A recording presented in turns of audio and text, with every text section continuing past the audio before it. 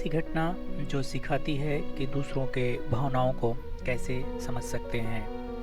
ए puppy एक पिल्ला। एक बच्चा पालतू जानवरों की दुकान में एक पिल्ला खरीदने गया। वहाँ 4 पिल्ले साथ बैठे थे, जिनमें से एक की कीमत $50 थी। एक पिल्ला कोने में अकेला बैठा हुआ था। उस बच्चे ने जानना चाहा कि क्या वह उन्हीं बिकाऊ पिल्लों में से एक था और वह अकेला क्यों बैठा था।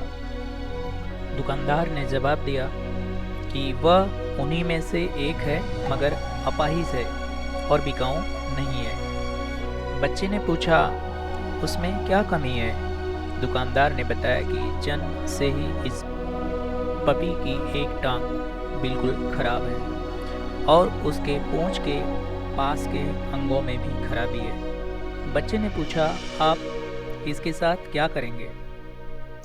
तो दुकानदार का जवाब था, इसे हमेशा के लिए सुला दिया जाएगा।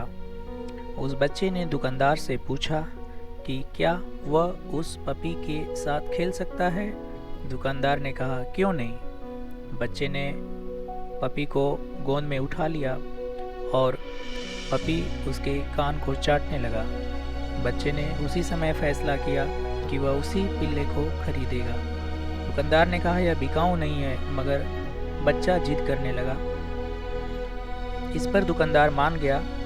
बच्चे ने दुकानदार को $2 दिए और बाकी के $48 लेने अपनी माँ के पास दौड़ा। अभी वह दरवाजे तक पहुँचा ही था कि दुकानदार ने जोर से कहा, मुझे समझ में नहीं आता कि तुम इस पपी के लिए इतने डॉलर क्यों खर्च कर रहे हो, जबकि तुम्हें इतने ही डॉलर में एक अच्छा पपी खरीद सकते हो। बच्चे ने कुछ नहीं कहा। उसने अपने बाएं पैर से पैंट उठाई। उस पाँव में उसने ब्रेस पहन रखी थी। ब्रेस मतलब जानते हैं आप लोग, ब्रेस जो पैर जिसके छोटे होते हैं या जो लोग अपाहिज होते हैं वो ब्रेस पहनते हैं, उनको चलने में उससे मदद मिलती है। दुकानदार ने कहा, मैं समझ गया, तुम इस पिल्ले को ले जा सकते हो। इसी को दूसरों की भावनाओं को समझना कहते हैं।